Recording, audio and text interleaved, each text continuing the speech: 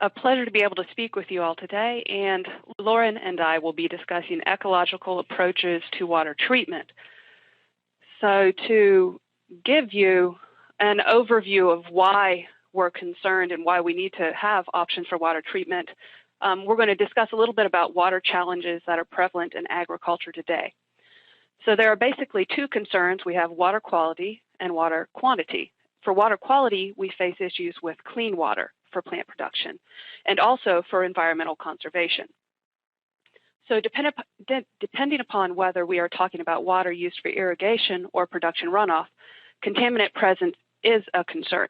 The major contaminants include nutrients, pesticides, which include herbicides and fungicides, and also pathogens or other biotic pests, including weed seeds. Many of these contaminants can be addressed with various treatment processes, and we are going to be talking about the ecologically based treatment processes today. Thus, if we treat water or runoff so it can be reused, we are helping to address quantity issues and helping to conserve our water resources. And because competition is going to increase in the coming years for these limited water resources, we need to have good treatment options in place today. There are multiple runoff contributors which impact water quality and contaminant presence in the environment, i.e. our surface and our groundwater, can be detrimentally impacted by them. And the sources of runoff can include production runoff, such as nurseries or agricultural runoff. And we also have urban runoff and residential runoff at the same time. And all of these are considered non-point source contributors to runoff. And because this runoff is from a diffuse area or not a distinct area or a pipe, it is sometimes hard to regulate. However, they are still able to contribute to negatively impacting water quality. And since nutrient contaminants from the above sources have promoted nutrient enrichment of various water sources, we need to determine how we can treat them or reuse nutrients so that we're not negatively impacting our surface waters. So nutrient discharges can increase eutrophication, and eutrophication is a natural process. But when nutrient enrichment occurs at a faster rate than it would naturally, hypereutrophication can occur. And hypereutrophication promotes rapid algal growth. And once an algal bloom occurs, you can have the algal populations will go through a growth cycle and they will eventually die, and the algae will fall to the bottom of a water column and rapidly add organic matter to a system. And this can ultimately result in potentially reduced dissolved oxygen concentrations in the water column, which can contribute to dead zones. But algae can also have potential human health effects if they are releasing cytotoxins, as if you were in the Chesapeake Bay area. So that's why we're worried about nutrient enrichment. You also have pesticide contaminants, and pesticide contaminants can enter surface water via runoff from both agricultural and residential lands. And many commonly used pesticides can negatively impact both fish and microbial organisms. And that's why the EPA has approved application rates for various pesticides, because for both frequency and timing of the applications to help limit surface water contamination. Because many of these pesticides have detrimental impacts on aquatic life, both fish and invertebrates, the limits of how often they appear in the water, or the concentrations when they appear in the water, are very critical. So if we were to look at pendimethalin, if you looked at a chronic, they've done testing and they've had chronic, or if they've had this concentration, which is 6.3 parts per billion in the water column for more than 7 days, you could have detrimental impacts on the fish populations. You could reduce their reproduction capabilities. So that's why there are regulations today regarding runoff capture and control from irrigated and agricultural operations. And these are not in all states, but they're primarily in California, Florida, Maryland, Oregon, and Texas. And they are just simply to reduce nutrient and pesticide runoff from operations. And then there are also waste discharge permits. And this is an additional step. So even though nurseries may be considered non-point source distributors, they're an identifiable non-point source contributor, and thus they have to have a permit for how much water and the quality of water as it's released from their site. And there are also potential numeric nutrient criteria which would limit or regulate the amount of nitrogen and phosphorus that are in a watershed, or basically based on a water body type like a stream, a lake, or a brackish area in Florida. So all of these combine to make treatment options necessary, or treatment of water necessary. And then if we look at pathogen contaminants, which if we're wanting to recycle runoff, pathogen contamination, if you're recycling your runoff, is very critical. And these are waterborne pathogens are perennial problems, and they have resulted in billions of dollars in crop losses and will continue to do so.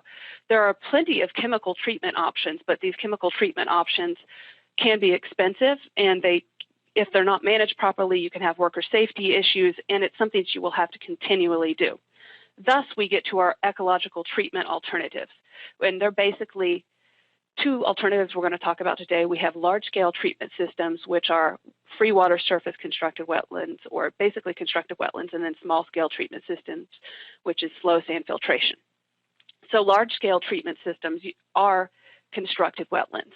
And basically, this just means that constructed wetlands are made and implemented to mimic natural wetlands, because natural wetlands have various functions that work to actually treat and remove contaminants. So soils can provide habitats for microbes to grow, and these microbes can process nutrients and organic contaminants. The microbes can also be attached to vegetation, which will slow water and help promote sedimentation from the water column. And the vegetation can also, or the plants, can actually take up nutrients, trace metals, and sometimes some of the pesticides, and helping to further cleanse the water. The beauty of constructed wetlands as a water management tool is that they can be tailored for specific contaminants. Loading rates, i.e., it depends on how concentrated the water is, as to how long the water would have to be, or how concentrated the contaminants are, as to how long the water would need to be retained in the wetland. And they can be tailored for high volumes or low volumes. They're also very low maintenance once they're installed, and they can treat runoff for both recycling or release. And the water quality of that should be adequate for actual use.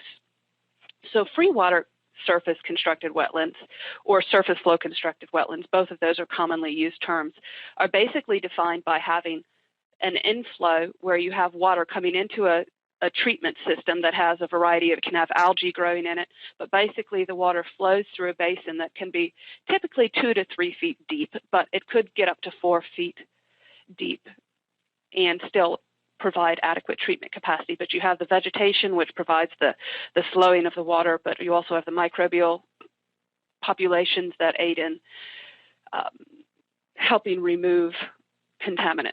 And then basically the water flows to the wetland, and after about 3 days it is released, and that can be either to a retention pond or a holding pond where it could be reused, or released off-site where it can contribute to surface waters but be a clean source for surface waters.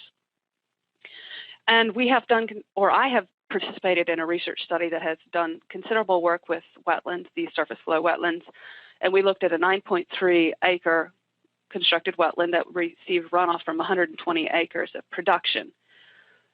And basically, we found that nitrogen removal efficiency was very, very high. So to let me orient you to the graph, we have basically 5 years of research and sampling where we went down and sampled on a monthly basis. We were able to determine that nitrogen was very efficiently removed. There was some cycling based on season with lower removal efficiencies, but we were always seeing removal to well below 2 parts per million nitrogen for the majority of the time.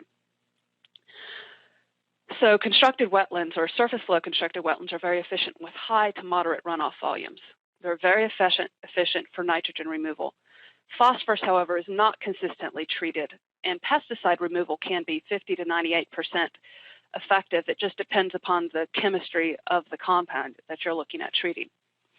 Now, subsurface flow treatments have been used consistently since about the 70s, and they are able to treat all types of wastewater. This particular picture is from subsurface flow wetland that treats dairy and residential sewage in Israel. but they are very effective. And basically, you take a surface flow wetland and you have the same influent source, but instead of having water in the whole column, you actually have a gravel substrate or a clay substrate, and you have a coarse pre-filter to remove, hopefully, any particulate or sediment or organic matter that might clog it, and then you can plant the subsurface flow wetland. And then the water flows through that, and it's treated by the plant roots and also by the biotic films or that inhabit the plant roots. And eventually, it leaves this subsurface flow constructed wetland and can be used for irrigation or released off-site. Now, subsurface flow wetlands are